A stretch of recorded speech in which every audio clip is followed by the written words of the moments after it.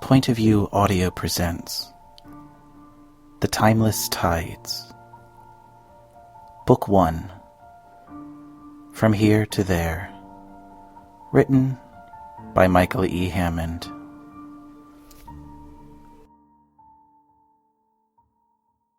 Prologue. A Captain's Return. Clarity and familiarity were no more than a distant thought as Captain Morgan Thatcher sat in his solitude. Blackness and silence were all that seemed to exist in this place, robbing him of any sense of direction. The waters themselves had grown unsettlingly still, and doubt was beginning to creep into his mind. If only the gloom which surrounded the night air would roll back, he might then at least have some way of knowing if he had planned correctly. Hope was being swallowed by the darkness. Here there was no wind. He could count now only on the tides. With a compulsive hand, he reached and fumbled in the dark space at his feet until his fingers brushed across the rough surface of a wooden box. He dared not let it out of his sight, or, at least in this case, out of his constant contact. He shifted and repositioned himself so that the box would remain cradled by his feet. Swallowing deeply, he wrapped his fingers around an oar. With a deep breath, he closed his eyes and paddled the longboat deeper into the inky darkness. Suddenly there was a shift, subtle though it may have been, and Thatcher felt the boat rock only slightly. A chill ran up his spine, and the silent night sprung back to life. There were voices coming from a distant shore, and he gathered the strength to open his eyes. The mist was beginning to clear. There was moonlight. The stars above, though familiar to him, seemed different now. The crew would not believe what he had found, and he thought there was little point in bringing it up. There was much yet to do, and he had only 3 days. With a sigh of relief, he knew that, for now at least, all was going according to plan.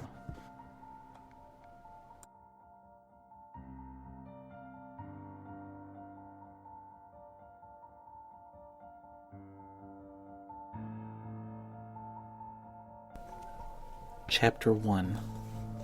A Thief Among Thieves.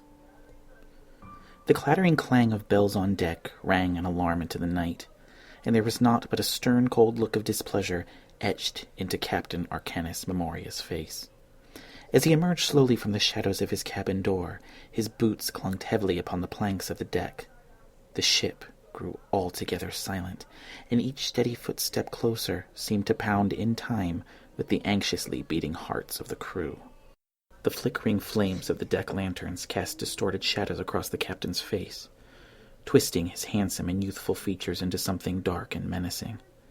He resembled now something of a dark beast, moving toward his frozen prey, and none could be certain if it was only the flickering reflection, or if fire was actually beginning to burn within those dark and wild eyes.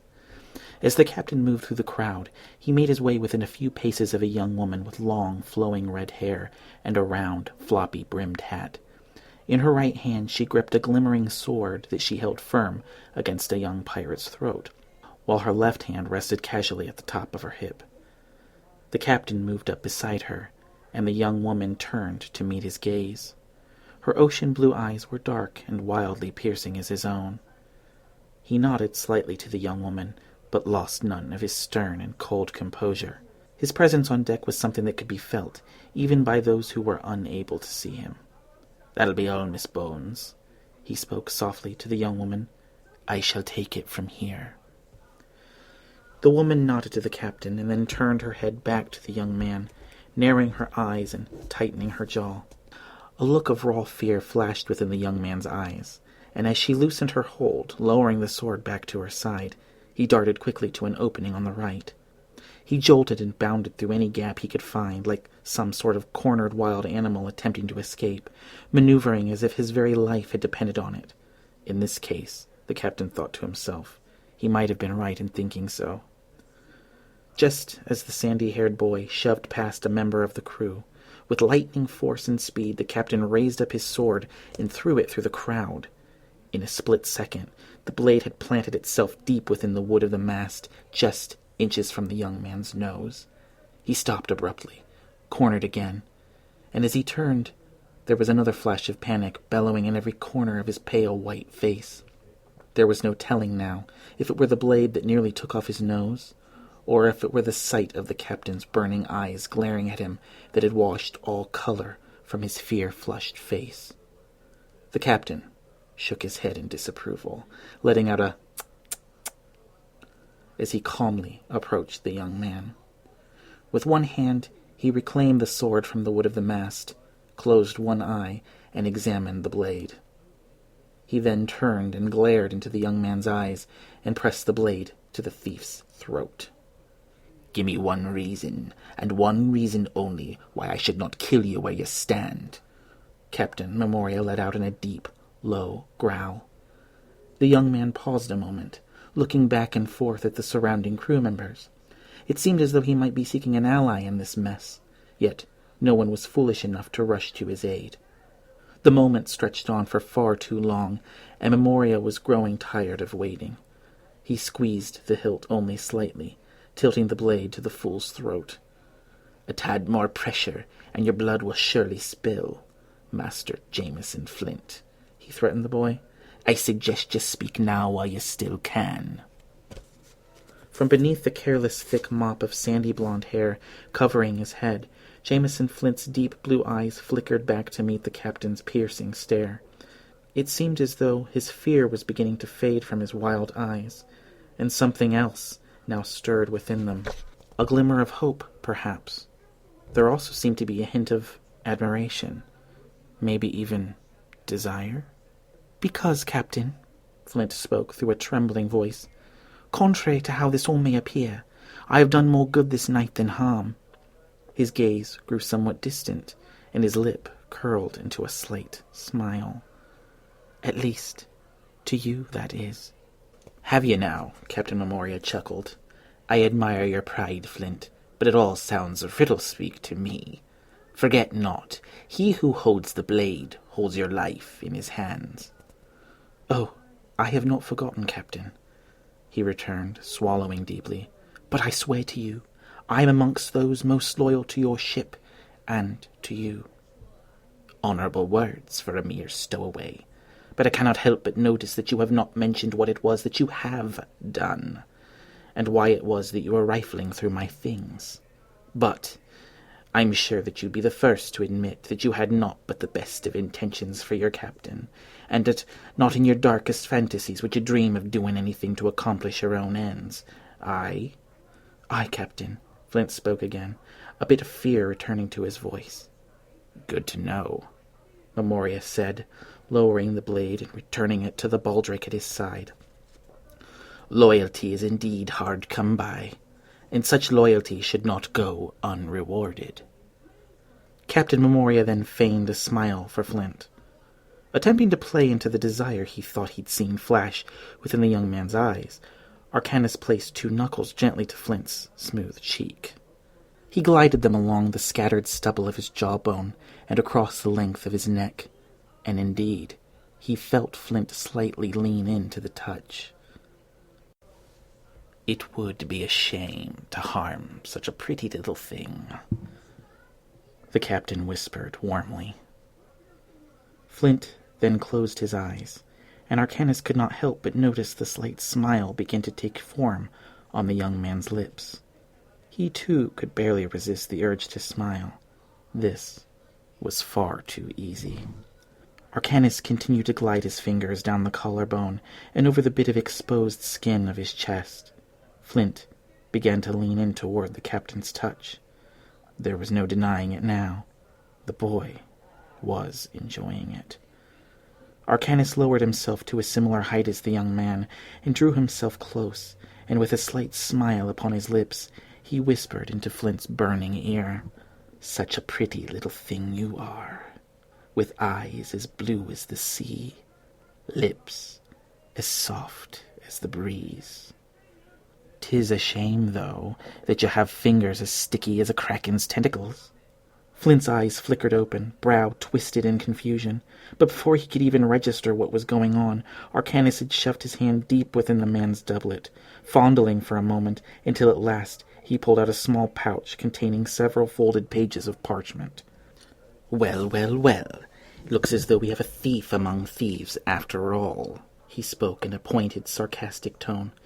"Let us now see what has sparked the curiosity of Master Jameson Flint, shall we?" The look of fear once again washed over Flint's face as Captain Memoria began to unravel the first page. As he unfolded it, Arcanus could make out that it was a drawing. But as he opened the page fully, his heart sank to the pit of his stomach. The page revealed a drawing of a pendant, a simple stone wrapped within the spring-like coil, attached to a long cord of string. He could almost feel his face go white at the sight. He glanced up to Flint and narrowed his eyes as he met the young man's gaze. Looking down again, he began to unfold the next page, unraveling it like a puzzle. He noticed that it was a detailed map of how the stone pendant could be found. His eyes narrowed again, and he could feel the tips of his ears burning. He unfolded another page of the parchment, another drawing of the stone pendant, and a heading that read, "The Stone of Eternity." Arcanus inconspicuously shielded the pages from the surrounding crew, in case some of them might get curious as to what this was all about. Folding the pages frantically, he then pursed his lips and met the young man's gaze again.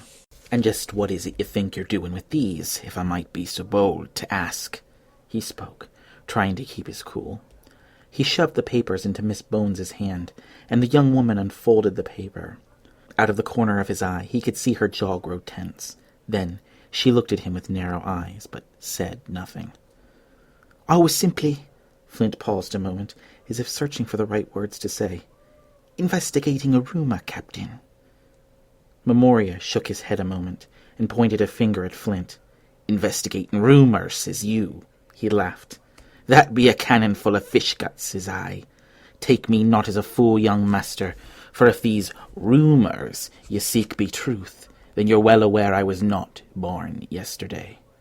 "You are no foe, Captain," Flint spoke, "and I'm well aware that you were not born yesterday." He leaned in and whispered into the captain's ear. "I know your secret, Captain, and you might actually be happy to know that I have helped to protect it for you." "Do not listen to this rotter," Miss Bones spoke in a stern voice. "I say send the bilge rat into the locker, be done with him." "Tie him up and make him walk the plank," a voice cried from behind. "Been a long time since we had a good old-fashioned keyholing." A wave of thoughts began rushing through the captain's head. He could throw the boy overboard and let him be claimed by the sea. At least then he would have some chance at survival. Nay, if he knew the stone's location, he might go after it himself. However, he seemed to know more about it to have just now stumbled upon the pages. He could have gone after it already. And what did he mean by having helped to protect it? Fear seemed to dance within the young man's blue-gray eyes as the captain considered his options. "Should you feel the need to kill me," Flint said behind a scowl, "I shall accept the consequences of my actions. I ask only that you hear me out first." Arcanus looked upon Flint again, and suddenly it occurred to him that he no longer looked the same. No longer did he appear as a cowardice, traitorous, conniving little wretch, without so much a shred of dignity. Nay, behind the dirt, the grime, the scattered stubble, the slight scowl that twisted his face, he was naught but a shaggy-haired child, a boy trying his hardest to be a man, to make it on his own. He was just another boy taken by the wind and the tides, robbed too soon of the innocence of youth. A boy having claimed to be loyal, and who held him in high regard. He began to feel somewhat sorry for the lad, and just a tad bit guilty for playing on the boy's attraction to him. If what he said was true, curiosity and spirit were his greatest crimes here, and that hardly seemed enough to condemn him. Best it seemed to hear him out. "Nay, Miss Bones," the pirate spoke to his first mate, "I do not think we should act so rashly. I'm curious as to what this boy has to say." She looked at him somewhat surprised, then glared at the boy. "You had better not be full of lies, Master Flint." "I have no reason to lie to you," Flint spoke. "I only wished to aid you and be loyal to my captain." He looked once more to Arcanus, his glimmering eyes seeming to linger on him longer than what felt necessary. Suddenly there was a row of voices behind them, and two men made their way through the crowd. One of them had long black hair, tied messily in a ponytail, strands falling out of place here and there, went by the name of Phineas Raven. The other, Cragen Smith, had oily, shoulder-length, nut-brown hair that spilled out messily in strands from beneath a faded black bandana. "Captain," Phineas Raven shouted, "we've got a missing dinghy on our hands." "Is that so?" Arcanus spoke as he gazed from Raven to Bones. "'Twould seem we have a deserter." His gaze turned directly to the young, shaggy-haired pirate, and it surprised him only a little to see a smile curling upon Jameson Flint's lips. "You actually have two deserters, Captain," Flint said, "and there's a high chance you won't have to worry about seeing either of them again." Cragen cocked a brow, as if in thought, as he gazed at Flint with hatred in his narrow eyes. Tension seemed to pull at the line of his jaw. Arcanus looked from Cragen, to Bones, to Raven, then back to Flint, eyes burning once more. He turned away and spoke in a deep growl. "Aurora Bones, Phineas Raven. Search Master Flint and his things for anything else of interest he might be carrying, then see to it that he finds his way to my cabin. Though I'd say it's safe to assume he already knows the way." As Arcanus walked away, his heavy boots thudded once more like that of an anxious heartbeat. Anger seemed to build within him as he thought about Flint's smug smile and the missing dinghy. Whatever this boy had to say was unlikely to quell his growing annoyance. As he moved through the crowd, he couldn't help but notice the nervous expressions painted on all of those who stepped out of his path. Within a few short paces, he made it to the door. He turned and gazed once more at the frozen crowd. "Back to your posts. There's nothing more to see," he shouted, before disappearing once more into the shadows of his cabin.